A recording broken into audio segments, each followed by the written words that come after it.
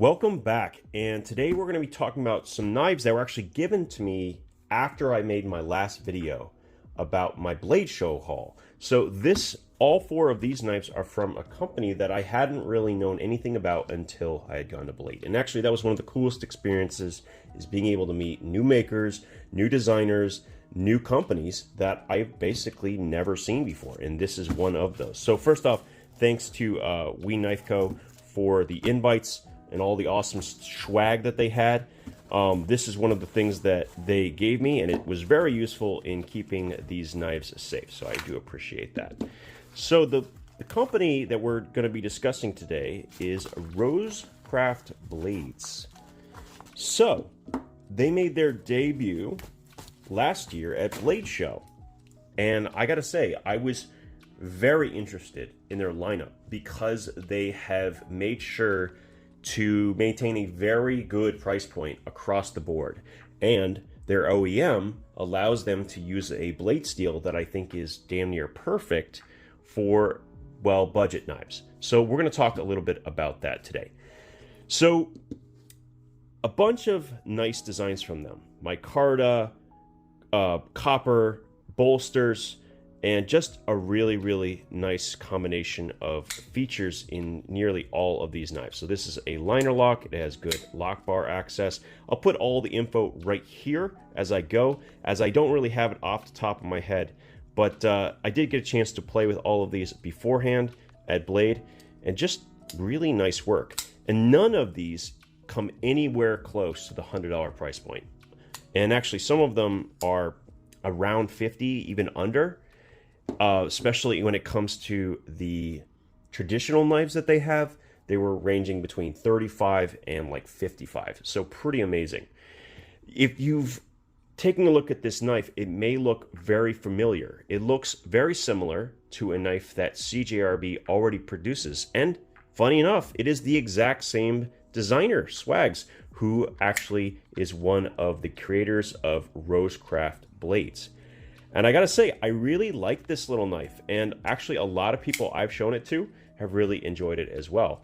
But I think my favorite thing about it is actually this it kind of reminds me of a gun stock texture. That's actually one of my favorite things maybe ever, is that kind of where it's smooth on the outside and then really nice and rough where you want to keep the grip, so your fingers kind of rest on top. And this knife, although it is small, is got plenty of space for even the largest of hands. So I like that quite a bit. And this knife is in AR RPM 9. So because they are OEM'd by CJRB Artisan Cutlery, they're able to use AR RPM 9, which is a fantastic budget steel.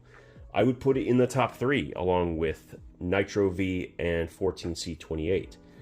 You know, in that sub $70 category. Of course, 154 CM sometimes creeps in there as well, but usually I consider that a mid-range steel.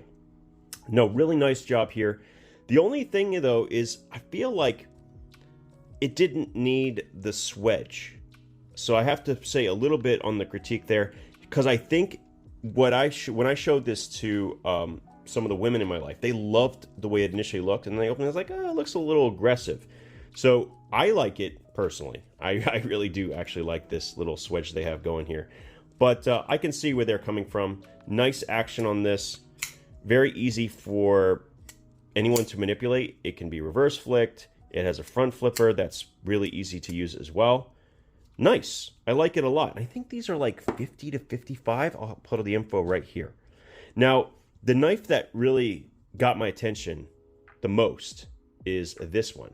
Now, I believe, I'm trying to say, I want to say this is G10. When they're in like this fine texturing, I can't be 100% sure. Yeah, I think it is G10. But it is a multifunctional knife that has a pry tool at the end now and a bottle opener, and can be used as a hex driver as well.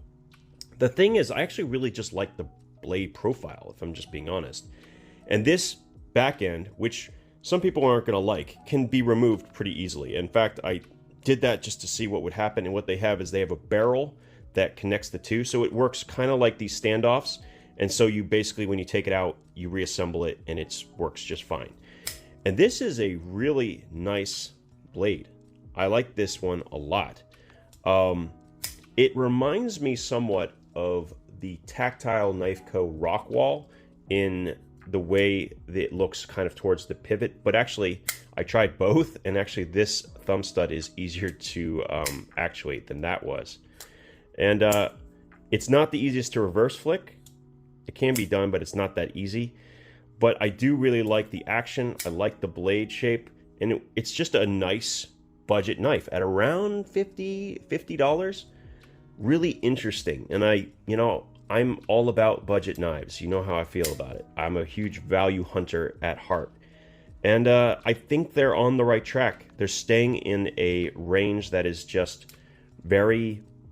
It's getting more sparse as some companies are creeping up a little bit. When you talk about ARRPM 9, that $50 range is really, really good. You're getting a lot of performance out of a steel that is a powder steel, made in this exact same factory, the exact same place as the knives themselves. So all in-house, very, very cool. Great job. Now, I have never covered traditional knives on the channel.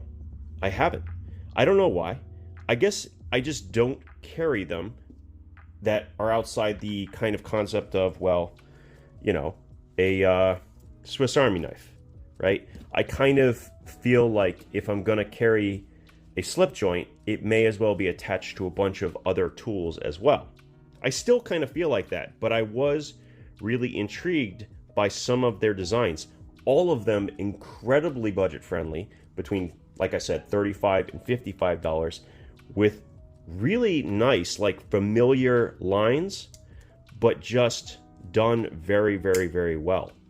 All of them are in D2 steel. Sorry, this thing is a magnet for fingerprints. But yeah, just a gorgeous, gorgeous knife. And the designer, they actually won Best Import. I think it was Best Traditional Import or something like that for one of their other knives. I actually wish they had them left. I would have gotten that one. But they had literally just the display model by the time I got around to their booth. They were very, very popular at the show, and I think for very good reason. All of their slip joints had a half stop, and they had a few models that allowed that kind of choke up point on the traditionals that I really liked. In fact, the one that won was a swayback with a really nice forward finger choil, and it would fit pretty much everyone's hands, and I really, really, really like that knife. I'm scared to kind of go down that rabbit hole of traditionals because they are just so gorgeous, and it's such a wide market. I mean, you can go back and look at antiques. You can, my goodness, you can go any direction you want with traditional knives. But you got to take a look. You will be shocked. And the designer has been designing these traditional style knives for decades. So really, really nice stuff coming out of Rosecraft Blades. I'm actually looking forward to trying a lot more. And especially some of their traditionals. I don't know why, but for me, it just had the right combination of fit and finish, materials, and comfort. Like, it has all the things I'm expecting from a traditional with a little bit different flair, like a really functional screwdriver at the back end, which also can be used as a pry. I wouldn't really call it a pry because, as you can see, the angle kind of intersects with the handle somewhat. It's more of, if I have to pop something open, I'm not using the tip of my blade, which happens a lot. People break their blades off, and this is just a little something to kind of keep you from doing that. And it's just, and I mean just, narrow enough to actually function on those flathead screws on cover plates, which is kind of a good test of whether it's going to be a versatile flathead or not. I think they could narrow it just slightly. It would have worked even better for that, but as is, it's still pretty cool. Anyway, that's Rosecraft Blades, something that I've just introduced to. We might come back and visit one or two of these when we do our top 10 series under $60. I don't think all of them will make it by any stretch of the imagination, but I think the one that is likely to creep in there in the under 60 mark is probably this one. It has a lot of versatility. The action is good. And I really, really like this handle. It's very, very comfortable. In retrospect, I would probably remove the prying tool and leave it just as a knife. But I like it. I really, really do. Anyway, that's it for today. We're just kind of introductions to Rosecraft blades. Let me know what you think down in the comments. As always, thank you for your time, and we'll talk again soon.